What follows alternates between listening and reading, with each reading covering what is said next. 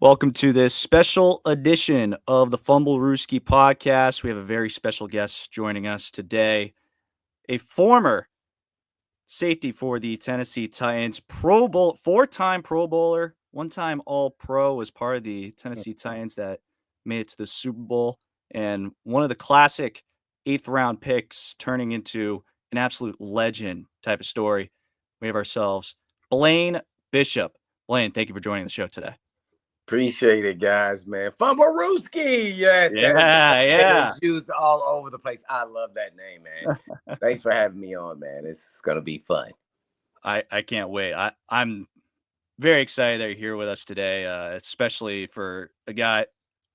We'll just get right into it. I mean, I mentioned already you were an eighth-round pick, 214th pick in the 1993 draft from the then Houston Oilers. Yesterday was cut day for the NFL, so you were fortunate enough to have made the Houston Oilers roster back in '93. But I would assume that you had a little bit of doubts that you were going to even make the team. Talk to me about what you were feeling back then and what some of these guys are feeling right now. Oh man, I was a nervous wreck, and back then, we would go to another school. I was at Trinity University in San Antonio, and they would knock on the door of the guys at the dorm, and tell them they're being released. Bring your playbook to meet with the coach, and you just kind of hear that periodically.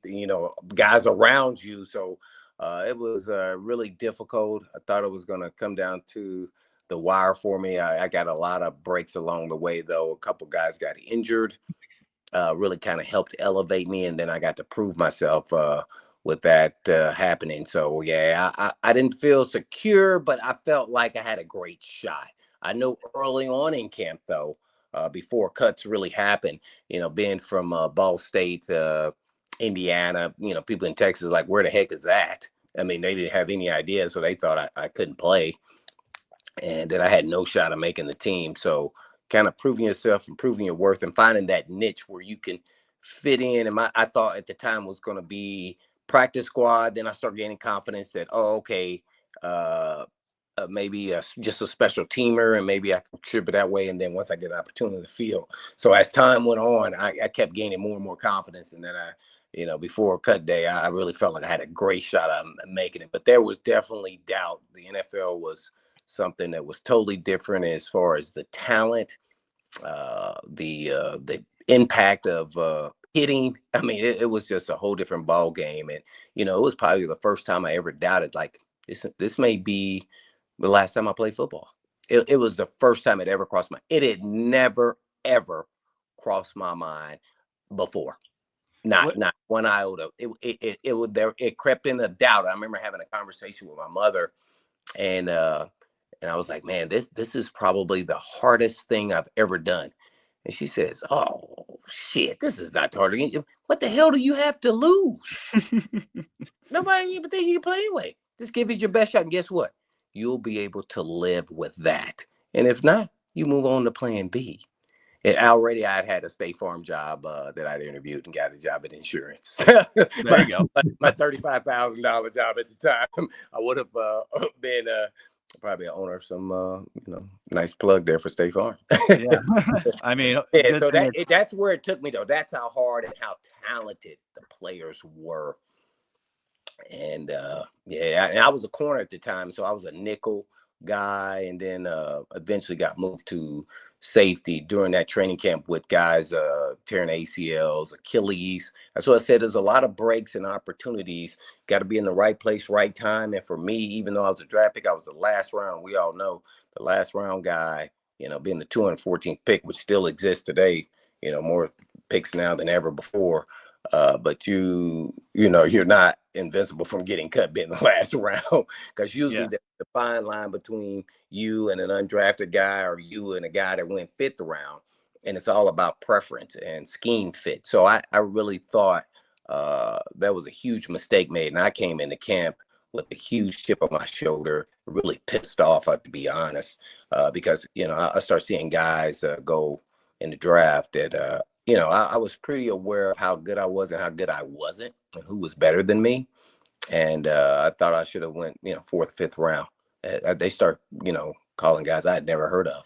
Like, so I was really perturbed. I really was. So it went from mini camp that I was running around like a banshee to training camp where I got, busting my mouth. And now it's about, okay, with these full pads on, how are you going to respond?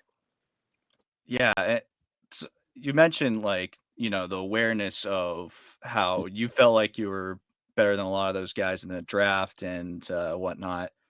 It I remember watching, this short video that the Tennessee Titans had posted. It was about your draft day story, and, you were talking about how the Oilers had called you up and said that they were gonna take you in the 5th round, and then Yeah. proceeded to then not take you in the 5th round, but then ended up taking you in the 8th round anyways. That must have been a bit of a what's the word I'm looking for? Must have been kind of a crackback on you. Well, I always feel like the man upstairs always has a plan, and Yeah. never goes according to plan. It goes according to his plan, and so that was just another chip that I needed to put there because I would use any motivating tools in anything that I did to be successful. And I just that chip got bigger, and so when they told me that, and then they didn't take me after that, I left. I left my apartment, and a couple of my buddies that were there with me, they left as well because we all had to go do stuff, and I had to go study for a test. And I was like, looks like I need to pass this test because I, 'cause I need to make sure I graduate. So Yeah. those aside, I was just a little perturbed. So I went to we have a Bracken library, went to an area where I could just study, and I didn't even pay attention to the draft after that, to be honest. And then they called me back, and I was still there at the library, and I said that I wasn't at home, and that you guys had called me before and said you're going to take me, didn't take me. So I believe it when I see it. I was just kind of that guy, and so I wasn't worried about it. My agent had called me and said, hey, look, it may be better off that you not get drafted and be a free agent. You kind of can choose your place where you want to go. He didn't know what was going on, but he had no idea that something like this could even happen. uh, so I got back to the house, and there it was. They said, you'll be on the ticker. So I was on the ticker. So I didn't actually see when they actually picked me. I just saw it on the ticker going across when I got back to the apartment. But yeah, I was elated to get drafted, but it was a kind of a sombering because I was there by myself. And, it was just like, okay, this is just one step, but this is the beginning step. And so, yeah, but yeah, that was yeah, that was kind of an interesting. I would love to hear some of the guys' draft story, even if you went second or third round, the expectations of what they thought would happen, than how they actually felt, because it's a relief, but all at the same time, it's also now it's time to get to work. The work is just beginning. And that's kind of how I approached it, especially after that happened. Because I was just as stunned, and I wasn't the type to go around. Oh, I'm going third. I knew what was going on around me, and I was kind of a fourth, fifth guy, pretty much locked in. Once you start getting into the sixth, seventh round, now the guys are pretty much graded the same, and now it's about which player you really like the best just from film, or interviews or something like that. So yeah, it was actually great that actually happened because I had straight chip and attitude that was okay. Every time we step on the field, I'm proving something, and it never changed, even as I became a starter, uh, all the way through. Yeah. I like it. Mm, CJ, mhm. you wanna take the reins on this one? Yeah, there is something that I was wondering. Let's kind of peek more into your mentality here because you first started with, being an eighth round pick after being told you're going to the fifth round. Then you roll up to play for the Oilers down in Houston. And then you said at first you weren't confident, you had a job with State Farm. And my question was there like a turning point for you? As you said, like in camp, your confidence grew, and there was a point where by the time roster cutdown day loomed, you thought to yourself, yeah, I could very well make this roster. Like I'm feeling confident. Like what was behind that boost of confidence? Like if there was a turning point, what really was it that really boosted your confidence that made you say, I'm going to be a Houston Oiler and I'm going to be on this team week Right. one? Yeah. Well, I would say this. I didn't lose confidence. I gained I would say uh an attitude that Not why did this happen? Now I'm about to prove you why it shouldn't have happened. That is kind of my approach. And the reason why it was that way, I was used to things like that happening. So I was very fortunate. When I told you guys, when I got recruited out of high school, I was all state, all city, all the things you could be. And guess what? Everybody said I couldn't play Division I football, even my head coach. And I went to a Division II program. So that's one time. And guess what? That was devastating. I mean, devastating. That was the one, because that was my dream. I just wanted to play Division I football. I didn't even care where it was at. I would just want to play Division I to prove to myself that I was a Division I player, because I thought I was. And I ain't go around talking about it. I thought I was. Anybody I played against that they said were, big prospects. Yeah, I was like, okay, let's see. When we play, we're going to see. And so that was one devastation. I mean, I cried in high school when that happened. And then I said, okay, my mom then said once again, well, you guess one thing about sports, actions always proves right. So if you go out there and show that you do deserve, then everything else will take care of itself. And that was always something I could lean into her on, those things, because she knew me better than anybody. And she knew how to push the right buttons. So I went up there in the Division II and made Division II All-American. Played both sides of the ball. Running back, defensive back, return kicks, punts. And guess what happened at that Division II program? Something that really transformed my career. After one of the games when I scored 4 touchdowns, 2 as a running back, 2 as a defensive back, 1 as a returner, NFL scouts, the Jets and the Giants, after that game said, you got a shot at the National Football League. Literally 4 months after I wasn't a Division I prospect.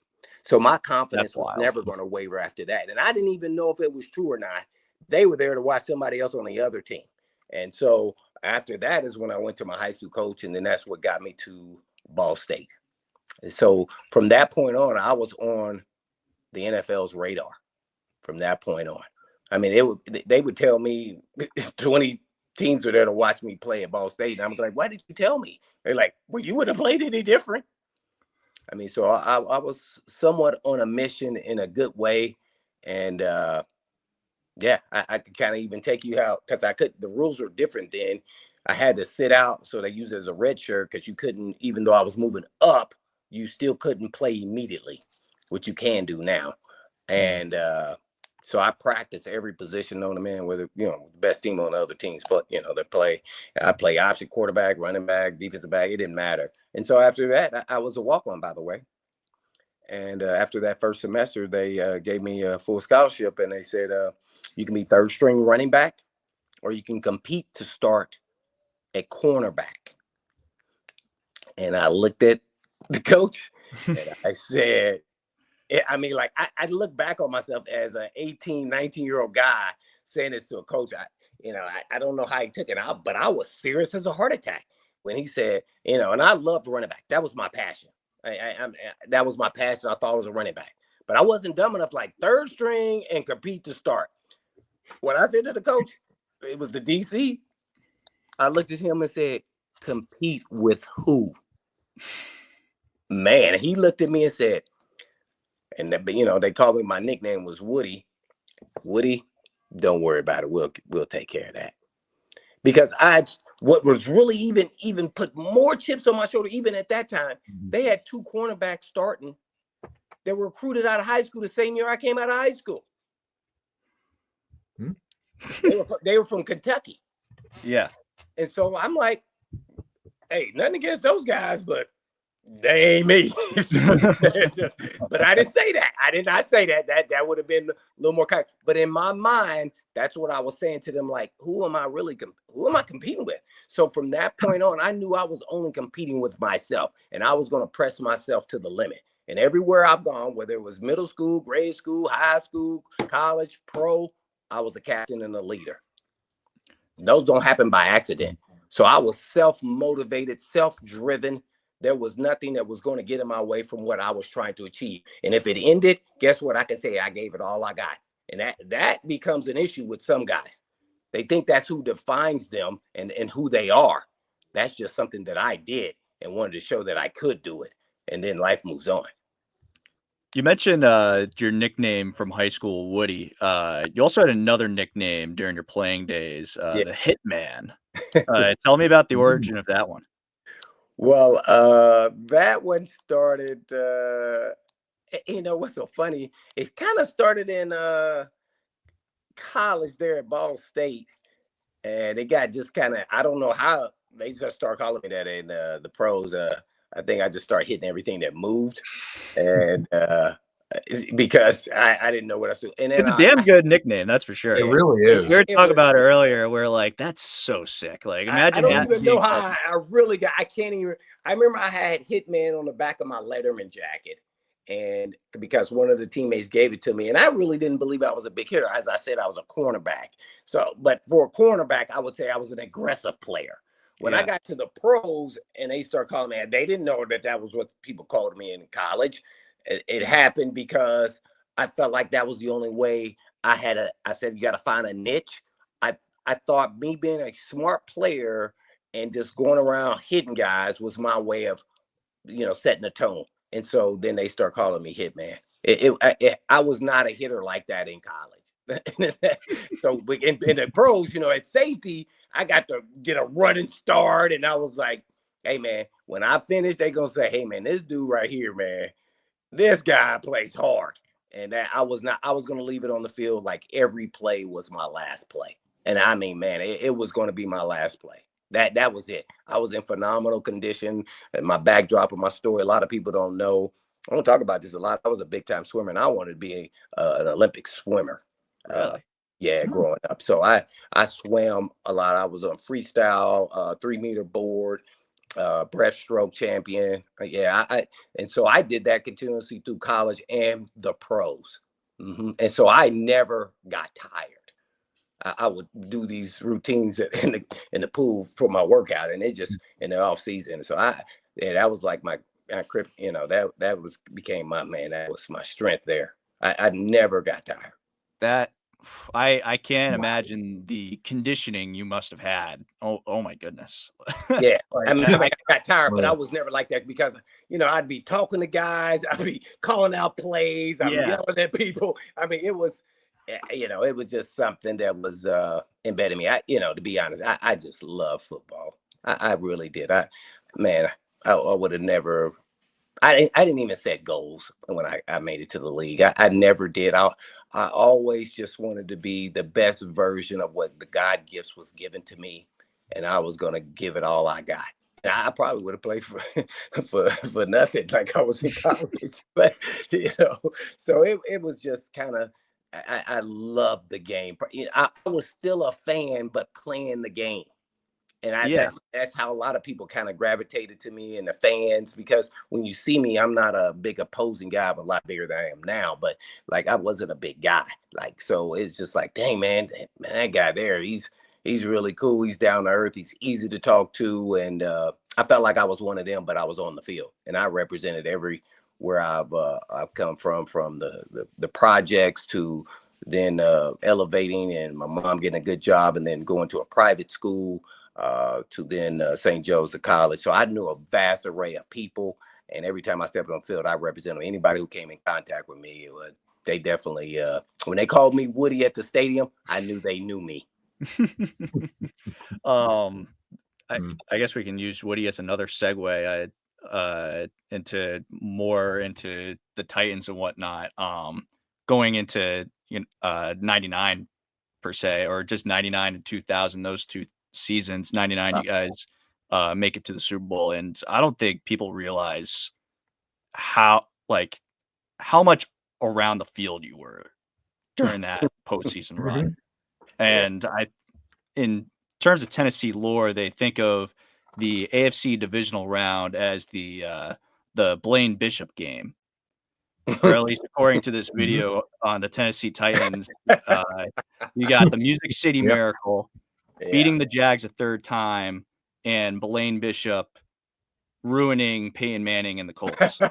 Eh, eh, Hey, that man, that game there. I know a lot of people say, "Oh man, the Super Bowl," but that game there, because it was in Indianapolis, We had won state on that field before in high school. By the way, where I had 2 picks. And I felt like I was at home. And man, I never felt like that anywhere else. And here's the reason why, though. It wasn't just because it was in Indianapolis. I'm running around the field, in warm-ups, when you're out there by yourself. Just, nobody, no team, I'm out there early doing my warm-ups by myself. Different guys out there doing the different stuff for both teams on either side. It didn't really matter. And I see our chaplain when I was in high school at Cathedral High School. And he is the chaplain for the Indianapolis Colts. And so we stand there and talk. We have this long, and I was really close with him. Father Kelly, he's no longer with us. And the lasting thing he said to me, which really helped me relax and play like that, he said, man, who would have thought? Everybody calls me Blaine Bishop. I'm in the league now. And I just told you guys what my nickname was. He said, man, who would have thought Woody would have made it to the National Football League? And we laugh, and I'm laughing while I'm talking to him, and I just bust out laughing. I said, not even Woody would have thought he would have made it to the NFL. I went third person on him, and we just busted out laughing, and hugged each other. And because we knew, man, that there was no way, and Sam, that anybody thought that I would have been on an NFL team. And we had parade All-Americans on our team, by the way, that we won state that year. Derek Brownlow got 4th round, and they were a couple years older than me. Morris Gardner went 3rd round to the Falcons. So we had some dudes, and I was never the best player on my team in high school. Yeah. So so just for him to say that, and then to go out there and play, I didn't realize it till after the game. Head Coach Fisher said that that was the best totality game that I played in my career, from passing to, rushing to blitzing to everything. And to be honest, I didn't think it was. I was just like, it was just another game to me. He said, nah, this one was special. And so I want to believe the coach. And after I watched the tape, I was like, well, he may have something there. So yeah, that was fun. And then, we had just got to Tennessee. I didn't realize, I understood what Peyton Manning was as a player, but what he meant to the state of Tennessee and what he did at University of Tennessee. So that would always go down as a big one for me. Yeah, but he was young in his career, though. They were really good. They had the edge. They had Marcus Pollard, the tight end, Dilger, and let's not talk about Reggie Wayne, who should be in the Hall of Fame, as well as Marvin Harrison, who is. So they had a heck of a. That was like the real beginning of when the Colts were like, that offense was really starting to catapult. To rev up. Yeah. So we caught them early there, but yeah, they definitely they was all handled. We matched up really well, that our defense with their weapons, the type of corners we had there. So yeah. Oh yeah. I mean, if we were looking at some of the stats from that defense in general, you guys only allowed like 11 points per game. I mean, I'm thinking of 2000, but either way, like that. If you guys didn't have to run into the Ravens, you guys probably would have gone down as one of the best defenses of all time. Probably, yeah. Yeah, there's no doubt about it. I think when we played them the next year in the playoffs, which we were the 2 best teams in the National Football League. Everybody knew that, and not just on the AFC side. Our offense scored 3 times had 3 times as much yards as theirs did, and they won because of the turnovers and the missed field goals. So it's kind of where the cookie crumbles there. But that actually season, that 2000 season, is the one that pains me more than anything. Everybody thinks it's a Super Bowl loss, but it was really to the Rams. But it was really the Ravens loss, because that year, we gained that confidence that we were really good as we went along that season. But that 2000 season, we knew we were good, and we knew we were going to win a Super Bowl, because everybody was back and we were hungry because we had lost to the Rams, and who we beat in the regular season, which doesn't count, getting a Super Bowl. Greatest show on turf. They were phenomenal. And so, that next year we were dominant. We were dominant on defense. It was the best team I probably played on. We got McNair, Eddie George, Derek Mason, Dyson, Wycheck, Bruce Matthews. We had dudes all over the place. That didn't even count the defense. CJ, you had a Super Bowl question?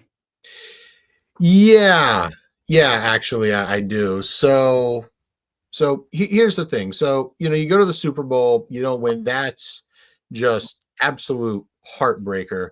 But then I want to know, like, what motivated you from that Super Bowl? Because obviously, I do believe it lit a fire under you, considering the very next year you were second team All Pro in the NFL on year 2000. Yeah. So, what lessons did you take from that? Oh man, and it's funny. You know what? No one has ever asked me that, and I'm glad you did because I wanted to come back to be the best version I'd ever been in the National Football League after that loss to the Rams. So I trained because we had injuries going into that game on defense, and we really had backup corners out there, and we were trying to do man to man. There was no way we were going to do that against the greatest show on turf. So I wanted to come back where I could cover any of them, Isaac Bruce to it didn't matter. So I trained totally different. I was doing all this track work, and that kind of was the motivating factor. And this was, you know, people think, you can get another shot at the Super Bowl. You don't never know. Guess what? Bruce Matthews played 19, 20 years living. I called him the living legend. Uh, Only played in that one Super Bowl. So, and then I know guys that played 2 years and got two Super Bowl rings, and that Yeah. was it. So you just never know when you get that opportunity. And also, I got injured in that game in the fourth quarter. So there were a lot of factors there to come back bigger, better, stronger, just better all around player.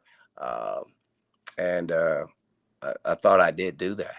Yeah, because the next year when we lost to the Ravens, I had to be man to man with Shannon Sharp a lot in that game. And go back and watch that tape, see how well I did. I mean, you guys just had an incredible rivalry with the Ravens in general that entire season. Yeah. I remember seeing the America's Game documentary on the NFL Network when for the 2000 Ravens, and they were talking about how much they hated you guys too. Yeah. Great television. Thank you for being a part of that. Yeah. I mean, they were phenomenal defense, and we had different styles as far as how we approach things. They were kind of the guy that do all the talking and the barking and everything in us. And we were more situated where we wanted to make sure we stay professional, but at the same time, we got on that football field, all that talking is over. And plus, we didn't play their actual defense. Our defense could not play their defense. So we had to play their offense, and they had some really good players. So we wanted to respect them, but at the same time, when we get out, we gonna run around and we're gonna do what we do and let our actions do the talking. And that was kind of our way. So yeah, that's so it's different styles, but we were the same team on the football field, no question about it. 100%. Let's start getting into some Titans in modern day NFL. So obviously Titans had one of the worst records in the league last year, or the worst. End up with number one pick, and they get Cam Ward. Yeah. Let's just start with your opening thoughts about Cam Ward, because there was a lot of talk about him not being a good leader after the Miami Bowl game. He gets drafted, and it seems that whole narrative has switched. So what have you seen from Cam Ward so far? Well, I don't know what you're referring to in the narrative, because he didn't play or he left the He got a lot of backlash for not playing in the second half is what yeah. Oh yeah. Well, yeah, I don't that didn't really bother me, because personally, just watching from afar, looking back on it after that had happened, and that is because of the situation where college football is now. You got a lot to lose there, and he did play for a half, then probably just to get the passing records. Have you? And I'm sure that conversation happened as the head coach came out and said that conversation did happen beforehand. So that was going to go, be that he was only going to play a half. So yeah, I don't have an issue with that. But as far as his leadership, I can't say this, and I've been retired for a while now. This guy has all the qualities of a great leader, not just a good leader. And by the way, I said my resume has a lot of leadership captain along the way, so I can identify him. He has an old soul, and he's an old school guy. So that's very rare in this generation of players. And just listen to this quote he said one time when I forgot what the question they asked him, but he said his response was, "My dad had a job and got up at 4:30 and didn't enjoy his job." I get up at 4:30 and I love my job. I mean, think about that now. 2025, a kid graduating from college saying that because he gets there like at 5 o'clock a.m. every day. And then he got other people to go there and meet him. He goes out with the defense for dinner. He goes out with the offense. He works with players after practice there, and then he leads by examples. Different style, probably with different players. Um, I'm thoroughly probably more impressed with his leadership style and who he is and what makes him a really good player. More than anything, as far as his arm talent, I would say he's got a really talented arm. But I could say this: he can't throw it further than Will Levis. See that? Because sometimes it's not always about the talent and the arm talent. Sometimes it's what's in between the ears, and he's got it. Uh, so I would say he's a controlled gunslinger, and that's going to be his only test in the National Football League. All righty, controlled gunslinger. Well, what about when things aren't going so well? And we all know this team, as you mentioned, had the number one pick, got to pick you. So all the pieces aren't there. So when you're now trying to put the team on your back, because it really shouldn't be, how will you perform then when you don't have the pieces around you that can help you? So I think I think he's going to be a solid starting quarterback in the National Football League, even with the Titans. I don't know if that's going to equate to wins initially this first season, but everything else, he has it, and he has it. What's in between the ears, smart guy, and he's devoted to football. That's all he cares about. So he's not worried about all the outside noise and social media and all that. He is an old school playing in the modern era, and that's gonna go a long way in this arena of the National Football League. So he may only turn into just a really good starter in the NFL, but the sky's the limit. But I would say the floor that's exactly what he'll be, and when that'll start, I don't know, but I don't know if he can elevate this team because I don't know if it's enough pieces. But he's a great dude, and I've been around some great dudes. Marcus Mariota was a great guy, great human being, but he hardly ever spoke. Yeah, see, it's totally different. Totally different. I mean, Cam Ward, and I think his mom wants to be called Cameron, Cameron Ward, and I get it. When I'm a parent, so I mean, he went after Jeffrey Simmons. Like, wait a minute now, dude. That this dude is strong as an ox. Like, I mean, this is not somebody he went and pushed him. Yeah. Right. Like, big boy. I mean, in a good way, not in a combative way, but like, hey man, we ain't had it. First of all, I would have said, you red jersey quarterback, stay out of that. And he had to, lesson learned, but he's trying to, make sure he's trying to, be on his territory. Let's say that. Yeah. And so, yeah, and it was a fun thing. So, it became nothing. But yeah, Cam Ward is all that I think they got him for. And I think it was more so not just his arm talent, but his leadership skills. And the organization really needed that. There's a part of me, before I knew anything about Cam Ward, they had so many holes on the team that they should change the pick. Before anything started the process, of any quarterback, I was like, man, they have so many holes over the last 3 or 4 drafts. Most of those guys, they aren't even on the team. So there was a part of me until now I see why they did what they did, because I'm not interviewing him. I'm not sitting down. I'm not going over, who he is and interviewing different coaches and all the different places he went to and all the different things that the coaches are saying about him at different places. You know how hard that is to do? And then to do it in a short window, that was impressive. Yeah. And then to be a no star coming out. He was just like us. Yeah, that's right. All of us was all no stars. I forgot all about maybe that. Maybe you were 2-star quarterback. No, definitely not. Definitely not. So hey man, this guy, he's earned it. He's put in the work and he's earned it. And I wish him the best. But the floor is, yeah, he's just be an average starting quarterback. Yep. Jesus, Blaine, So you got me sold on Cam Ward. yeah, You got me sold on him. absolutely. I He's mean, going to go through some great ups and endorsement. downs. It's going to Mhm. happen. All of them do. We saw Peyton Manning, one of the greatest. They're all do.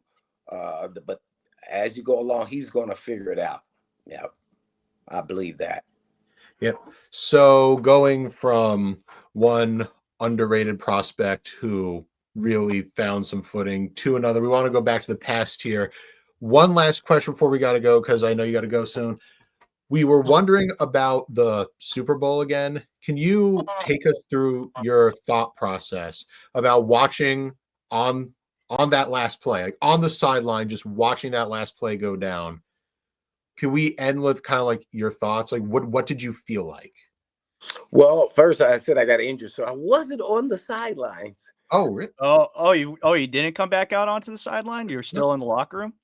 Yeah, I was. Watch this. Oh, I was in the MRI machine, Okay. listening to the game, oh. and So then what they did were you think cutting my about that? helmet Just off. listening? Yeah, so I hurt my neck, and so yeah, so I was listening to the game, but naturally I saw it. So yeah, it was painful, but plays like that just it's just like hit or miss. It's just like, hey man, we came up short. And by the way, that would only tie the game. I don't know if we would have went for two or not, but I was so pissed that I wasn't out there. I just because I wanted to go back in the game and they wouldn't let me. Yeah. And I'm No. glad they didn't because my neck took about 3 months to feel back to normal. So it was no surgery or anything like that. But yeah, I sprained my neck. Sorry to hear that. We should have looked Yeah. a little bit more deeply into that injury. Well, Jeez. yeah, I hit somebody like I think it was late third or beginning of the fourth quarter, and I kind of hit them, and let alone I kind of knocked myself out. Kind of I did. Mm. So yeah, so it was yeah. So I didn't see the last play. I was just listening to it on the radio with all the Oh, doctors and everything. So yeah, That's that that's was always tough though. It was absolutely. tough. I know it was tough for Dyson, who kind of I didn't know it kind of bothered him for a while there. really. Yeah, it did. So Even if it was just like such a great defensive play, he right. still Yeah, that's how I viewed it. But yeah. I don't think he did that. So until you're in those situations, do you really know? But there's been a lot of times I'm sure that I missed an interception or I missed a tackle or sack or something, and then it turned into a great play. So, but it wasn't in the Super Bowl. So Yeah. I guess it's just the whole, he had the ball in his hands and he had a chance he to feels he had a play. chance to do something with it. Yeah, yeah, I think that's probably his thought process. Yeah. Well, Blaine, this has been an absolute pleasure to have you with us today, and thank you for your time.